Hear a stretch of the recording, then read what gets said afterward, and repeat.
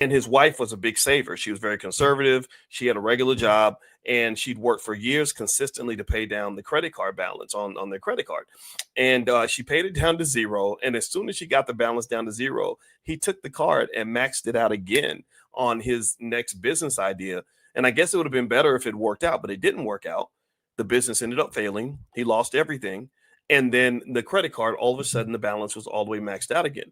So she was in tears. I remember she was crying because she said, I spent years working to reduce this debt. And the minute I reduced it, it's like he saw that as an opportunity to go and take the same credit card and max it out again. Right. And this thing happens a lot. And you see men get drained as well. So this is not just a male or female thing. It's really about sort of being specific about who you're trying to build with and what spaces that you're in. And so I encourage you to really be thoughtful about that. Now, by the way, if you could do me a favor, please hit the thumbs up button, thumbs up, share, subscribe.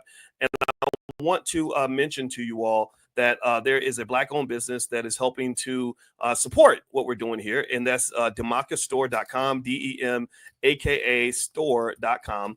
And they have lots of holistic and natural products. If you go to the page, it says Black, Woke, and Spiritual Urban Apparel with a message. So if you go to this page, I hope that you all will go support this Black-owned business. Take a look at what they're doing. I don't know a lot about the company necessarily. I know that they wanted to support us. They have a lot of great apparel. I'm looking at their page now. So feel free, if you actually want to support this. You don't have to buy anything. If you just go there to the page and just take a look and consider supporting this Black-owned business, I would appreciate it. And the URL is demakastore.com. And we got a lot of Black-owned businesses out here, so we got to support each other.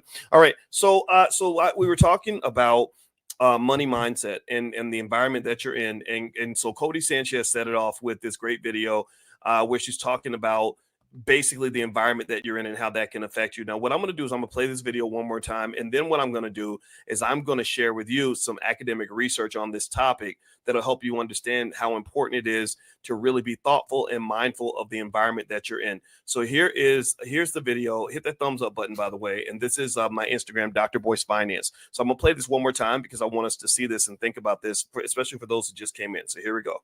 Where they looked at kids from similar economic backgrounds, aka how much money they made growing up and then how much money they went on to earn as adults. But there was one key difference. One study group was from a town where people made more money and they interacted with more people who made more money. The other was the opposite. What was the result? The group of kids that grew up in the neighborhood with more rich people had a 33% higher income by 35. That is wild. The socioeconomic status of your own family is not the number one indicator of your future income. In fact, it's actually this thing called economic connectedness, which means how many rich people and poor people live by you, and thus you can become friends with. So if you want to make more money, watch who you surround yourself with, but also where you live.